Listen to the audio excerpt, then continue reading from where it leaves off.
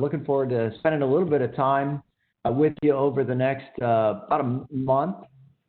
This is an interesting topic for me and one that I don't talk about a lot too much anymore, but boy, with the recent COVID situation, I have gotten more calls from CEOs and business owners over the last month and been coaching again just on turnaround situations and what do you do when you're leading in a crisis? What are the steps that you take? What did you used to do? This was a part of my professional career that was about 10 years. I worked with private equity groups. And really, there was a difference back then between if you were a turnaround specialist and you were a workout specialist. A workout specialist were those people that came in and figured out how to cut up and dismantle a company and basically effectively shut it down and get the most out of it that they could. But I worked with groups that were privately held. These were organizations where they really cared, the leaders cared about them. They wanted them to see them continue. And for whatever reason, whether it was based on market or leadership, they had just gotten into trouble. And so my job was to come in, get them healthy again, reestablish some performance and some profit, and just get them working well, and then either bring in some leaders or train up the leaders who were already there. So I am looking forward to being able to go through this with you. What I've done today is organize just some thoughts in general about a turnaround environment.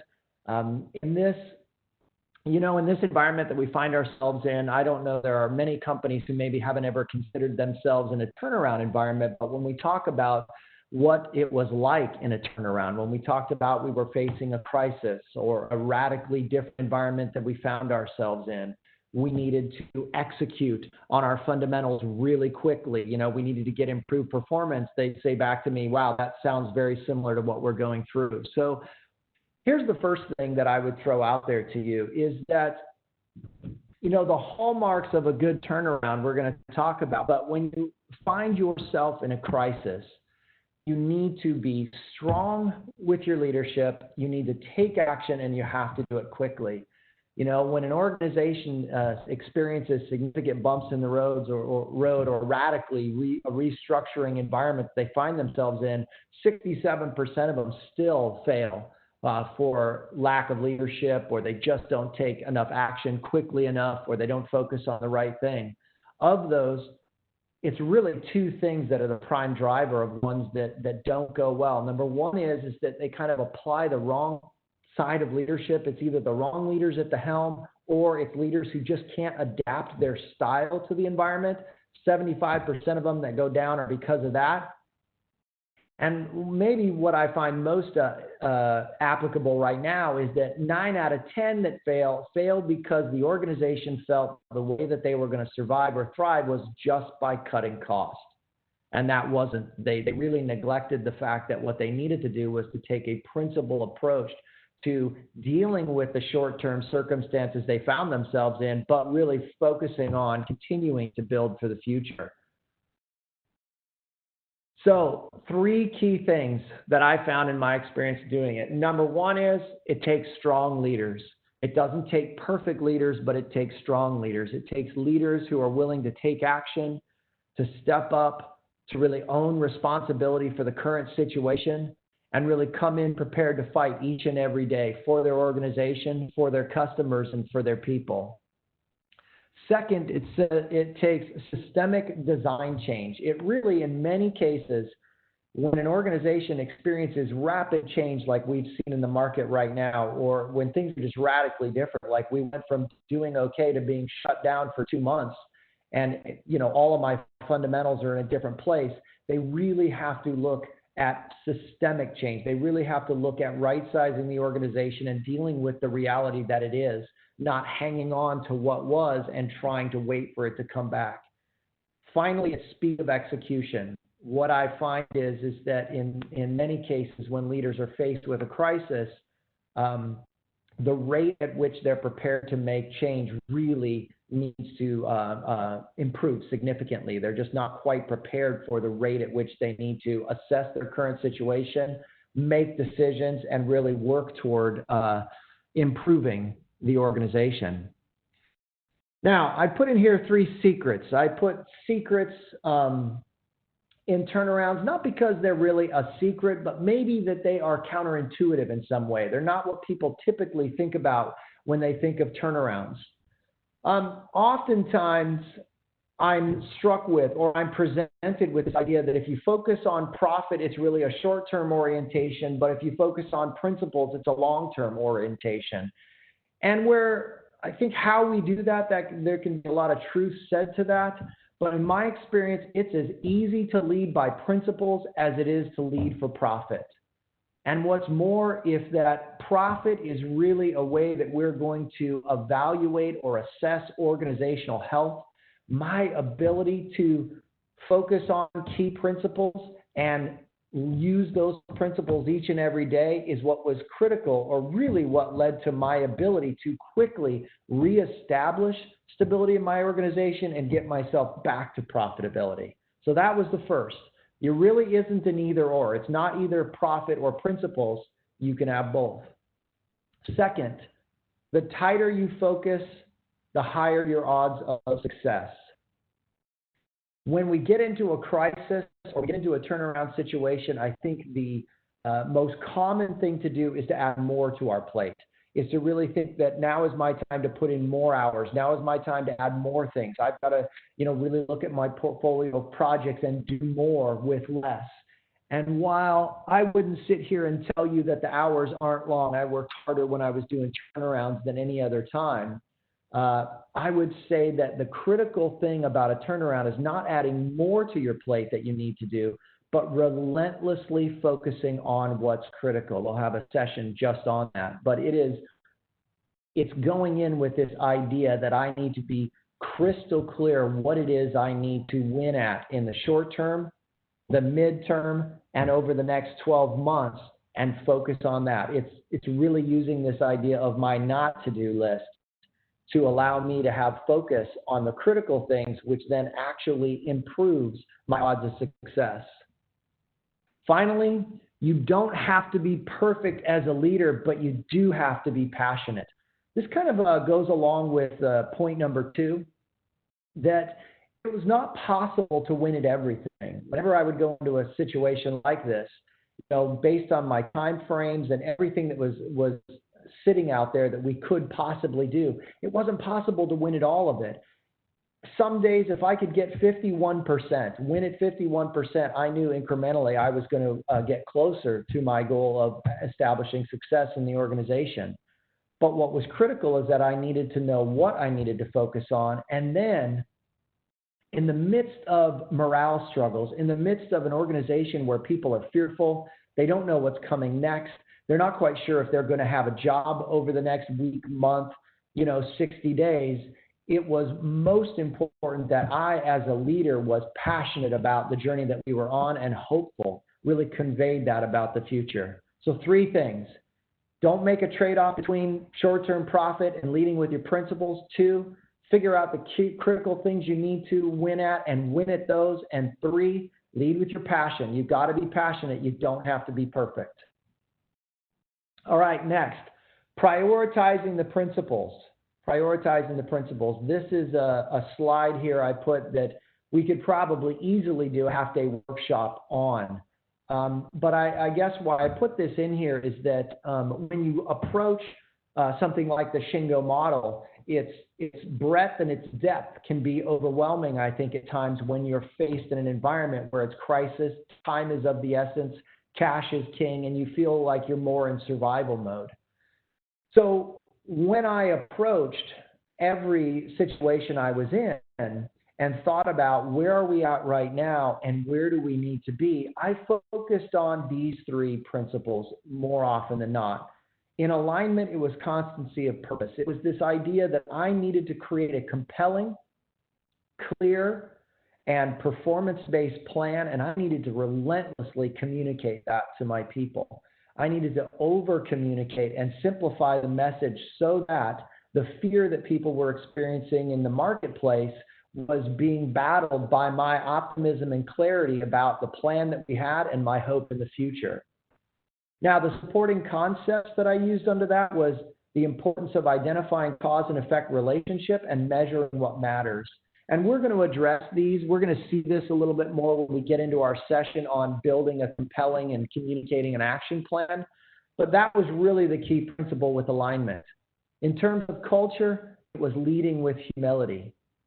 It was finding a balance between projecting confidence and authority that I was the leader and I was here to help this organization reestablish, strength, but at the same time lead in a way that was open at all points, that if it wasn't a team effort, if we all weren't working together, we weren't going to accomplish our goals. Two of the things we focused on were assuring safety in people's ability to identify problems, expose issues so that we could solve them, and then empowering, involving everyone. Again, we'll get into this more directly in the session we have on Lead with Humility coming up soon. Finally, when it came to improvement, I really used simple and visual ways to create daily Kaizen, improving every single day. I insisted that we get out there and lay our hands on it, directly observe issues, work together as a team. So I would say at that point, we were really focused on process in that near term. Remember, in the first 60 days of a crisis, if the crisis is bad, that first 60 days is going to dictate whether you get another 60 days or 6 months to continue, or whether things really start to go in the wrong way. So when I share these key principles, these are principles that we're going to talk about over the next sessions. I'm going to share a little bit more how I did this in a crisis environment, how I did this in a turnaround environment, but these three were really important, especially in the short term. All right. Adopting the right mindset. I put this in here for a couple of reasons. Number one is I gave you a stat early on that said of those turnarounds that fail, 75% of them are due to leadership. Due to leadership having the wrong mindset, due to leadership not taking the action that they could, delaying taking an action. It was something wrapped up into really leaders. And more often than not, when I would either counsel or coach organizations through their turnaround efforts, because I did that extensively with groups, or I was leading it myself, the mindset, the beliefs, the orientation the leader took is really what drove whether or not they could take the right action. There was some element to it definitely that was having a plan, but more importantly was developing the right mindset to execute on a plan. And to do that, what I really focused on for myself or for the leaders that I coached was understanding what the business and the people need from you in a crisis. What does the organization and the people who are working there need from that leader, from you as a leader? If you're the one, whether it's entrusted to your department or you're running the whole company, what do they need from you in times like this? Number one, they need open and transparent communication. Honesty is key. You can't over communicate it. I used to say if I got to the point where people were starting to mock me out on the floor, that they could do an impression of me and they could, quite frankly, do the impression better than I could do it myself, then my message was starting to get out there. Number two, they need hope for the future. People are very, very aware of their fears. They're very connected with the realities of a situation. And what they need is times during the day and an environment to work in where there's hope that, yes, I'm not saying that the reality isn't tough, but I am saying that my resolve and my belief in our future success is stronger than the current situation, my feeling for the current situation. Third, what they need is leaders committed to real change. Leaders committed. I'll come back to that in a second for leaders. Fourth, a focus on those critical drivers. This is going back to what to focus on. We'll have a session on that. The business really needs not a wide breadth, inch deep and a mile wide approach to solving problems, but it needs to be focused on what's critical. And finally, a commitment to taking action and getting quick wins. A commitment to not delaying for tomorrow what I should take action on today, and focusing on ensuring that people get that feeling of winning as quickly as possible. I know I'm going super fast here, guys, because I got like 2 minutes left with 30 minutes. So now, leaders who struggled with this. Leaders who struggled. Now, I take this from the perspective of coaching a lot of leaders to do this, but also leaders in my own organization. Number one were the leaders who were the tire kickers. They weren't really committed to the change that much. They weren't overly passionate about it. They were just kind of there listening, observing. Maybe they would try some things. Maybe they would consider it. You know, they weren't serious buyers of the transformation that we had to have. Those leaders were going to struggle, and we were going to struggle with them. Next, I call them the deep thinkers. Nothing wrong with thinking deep, but these were my leaders where they just needed 3 more days to think about it. You know, if I would have given them 6 months more to put a plan together, they would have taken 6 months. Where, you know, there always seemed to be one more thing we needed to consider or think about prior to taking action. The problem was with our compressed time frame and what we needed to do to navigate this challenging environment, this crisis we were in, we didn't have time to think through all the time, all of the ramifications of everything. We had to make decisions with our people and take action quickly. The last is the know-it-alls, the Mary Poppins situation. These are the leaders who are consider themselves already practically perfect in every way. These are the ones that maybe don't see that there's really a need to do anything different. They're the ones who are going to chalk everything up to the current environment and the COVID situation we find ourselves in. Sometimes it manifested in my leaders kind of almost, it felt like sticking their head in the sand just a little bit. Or they are the ones who really knew it all. Like there was nothing that our people or the business couldn't tell us that we needed to change in our approach and do differently. They already had the answer. So if you looked at these 3 and you flipped it on its head, you know, I need somebody who's passionate and willing to buy in and lead the charge. I need somebody who will lead with action and be decisive. And I need somebody who's humble and open to the suggestions of everyone else. Now you're starting to talk about the mindset that leadership needs to be able to successfully navigate this type of an environment. Okay? All right, so I've talked for 20 minutes on this. Where do we go from here? Well, as a group, where we're going is really looking at these other sessions. In our session 2, we're going to talk about focusing on the critical. We'll talk about identifying your key drivers and how to know which levers and which things you need to focus on as a leadership group to get immediate change.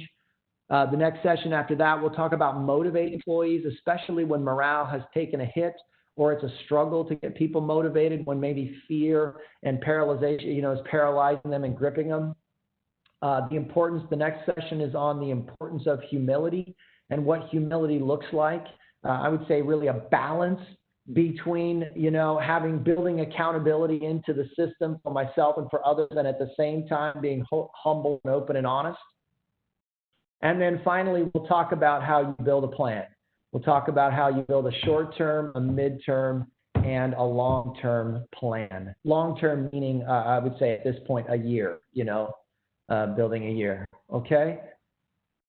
Right, Mary, I'm about to, I don't know if I can turn this back over to you. We do have some other workshops coming up where we go deeper into these topics if you guys are interested, but I am happy to be with you over the next weeks.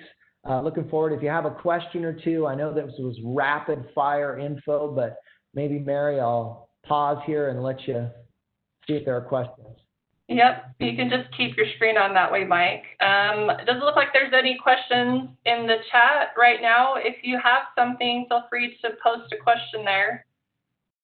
Or you can also email me or Mike. We can get the questions answered and out to you. Yeah, I think it would be great. If we don't have questions right now, if you're looking at the topics coming up, if you have questions identified for any of the topics, that would be great. Mike, looks like we just got one question that says, how do you view motivating people versus inspiring them? That's a great question. That's a great question. You know, I think that you could use those words interchangeably if you want. I don't know as I have a clear cut, like this is where I consider it motivating versus this is what I consider inspirational. I felt like inspiration was more what I did with my vision, my plan for the future, kind of communicating, letting people see the bigger picture of what we were going to accomplish and how we were going to get there. And motivating, I felt, was more of a daily thing about really connecting with people emotionally and getting them through fear and the ability to take action. So maybe motivation was more of a daily thing based on each individual. My inspiration was more about my communicated message and what I really felt I knew we were going to accomplish if we all got together on it. Any others? Great question. A tough one. That's the only one we got so far. So, folks, did anybody wonder if I actually took a breath that entire 24 minutes? I think so. I think so. So, hey, I hope you hang out with us again on these. Please contact Mary if you have other questions or you want to put some more stuff, like if you're thinking about motivation and you know it's coming and you have some questions, I'll try to build in as much as I can for the future sessions. So. Great. Thanks, everyone, for joining today. Hope you have a great week. Yeah, see you soon.